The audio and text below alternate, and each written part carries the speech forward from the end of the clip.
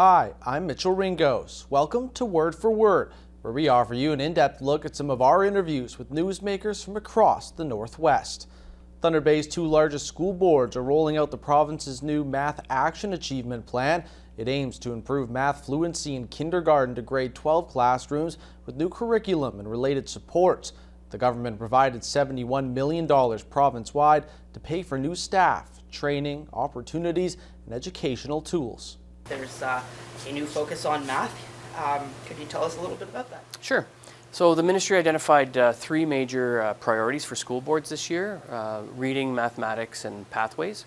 And as far as mathematics go, they've supplied every school board with funding for a math lead, someone who's supposed to be in a superintendent position, have supervisory officer qualifications, to really lead the initiative, for, at least for this year, but we do anticipate it would go on for a few more as well.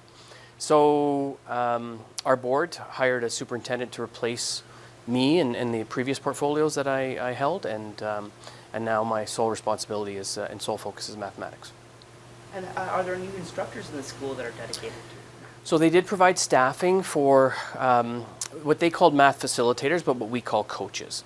And so they've provided funding for priority schools that they identified based on EQAO scores, to provide some support for grade 3 and 6 teachers, as well as working individually, or not in small groups with students as well. And with respect to in-classroom tools, have you found that there's been a increase in accessibility from the province for math-centric tools, the virtual facilitation? Yeah, they've provided some, every board with some funding for a digital tool, and in our case we've selected a tool called Knowledge Hook.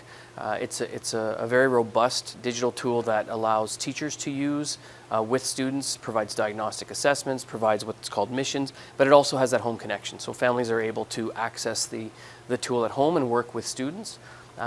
They haven't provided additional funds for like the concrete tools. You might see some behind me, manipulatives, that sort of thing. We don't know if that's coming. I haven't actually had my initial meetings yet, but the current budget is provided primarily for staff and as well for those digital math tools.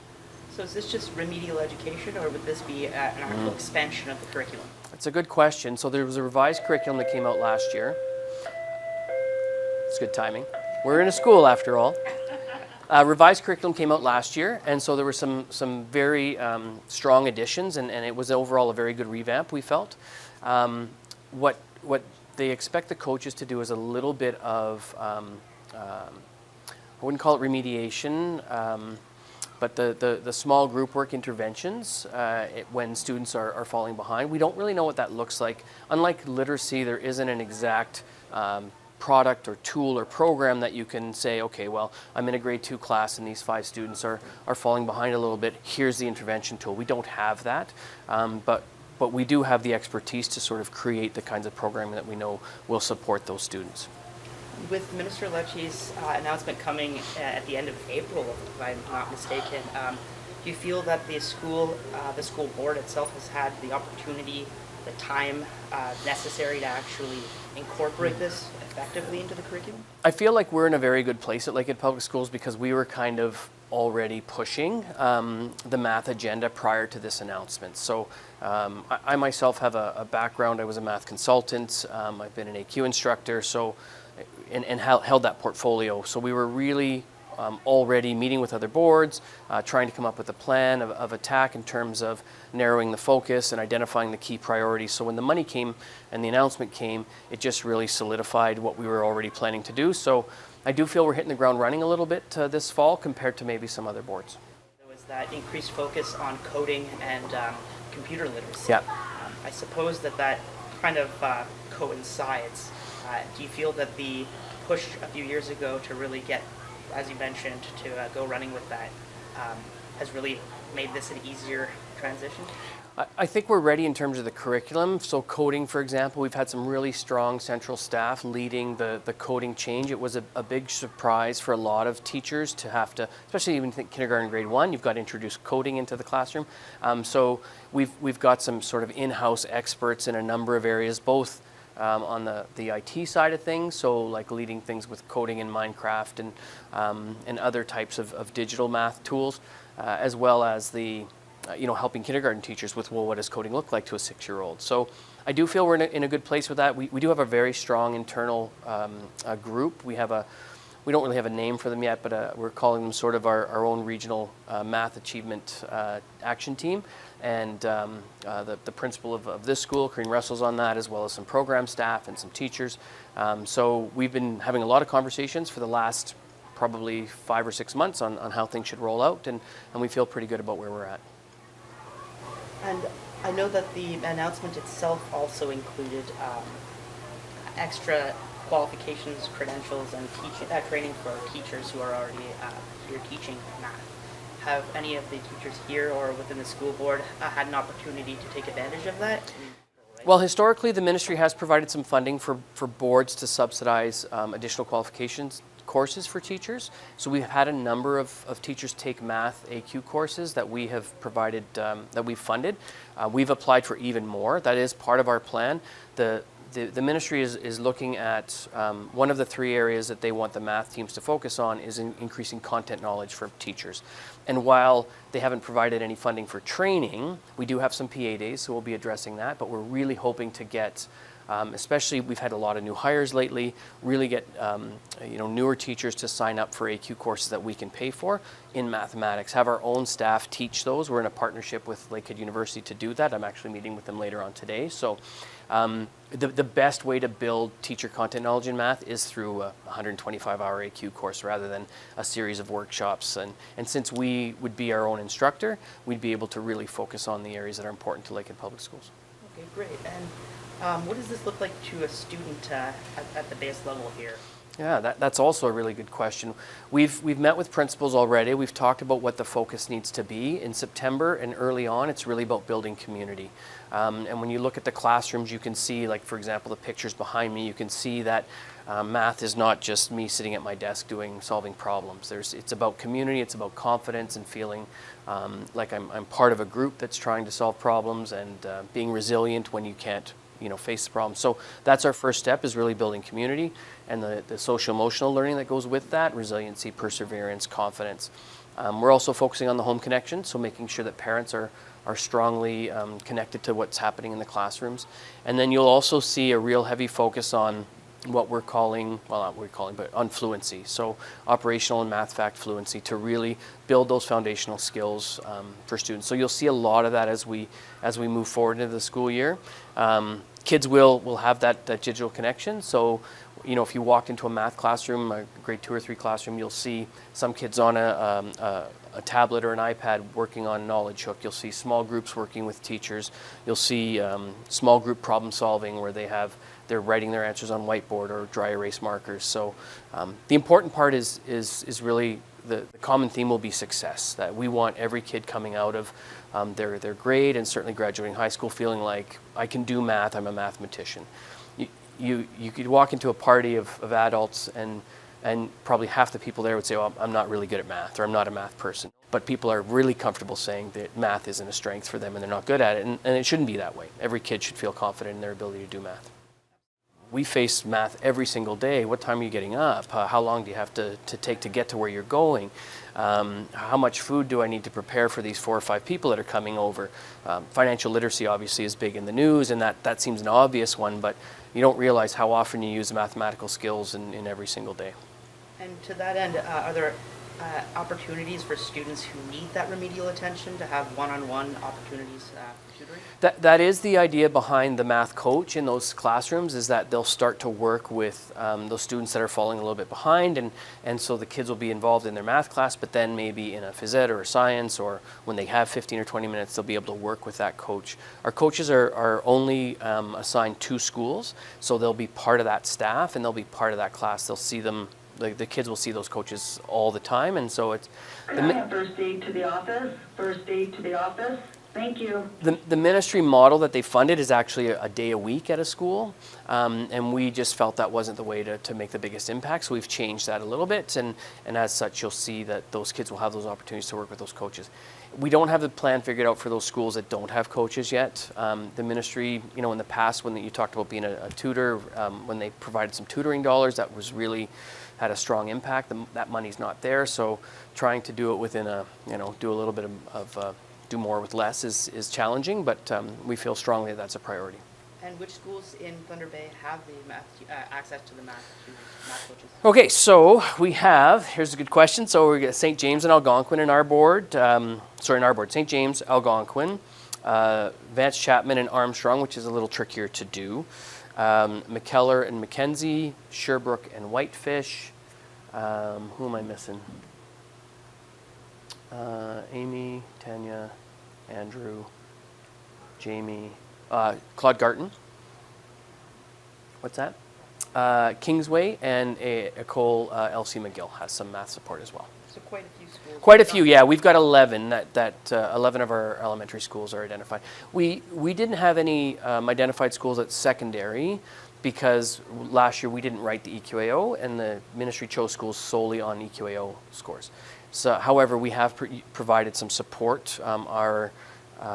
We have our math chairs at each of the high schools has a period where they're going to be working with grade 9 teachers and grade 9 students as well. So we're supporting all the way to grade 9.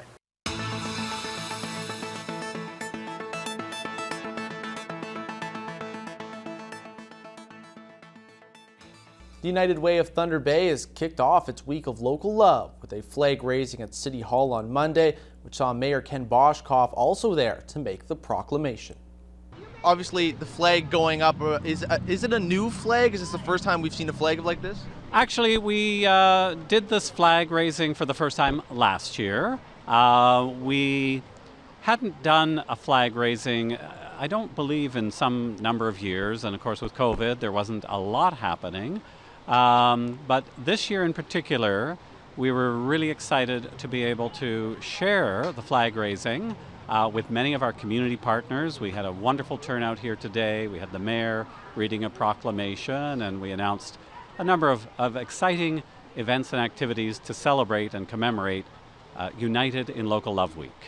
And talking about the proclamation, obviously not only you get a day now, but a whole week. Can you just talk about the importance of that? Yeah, so, I mean, honestly, it should be all year because the need is growing. It's apparent every day.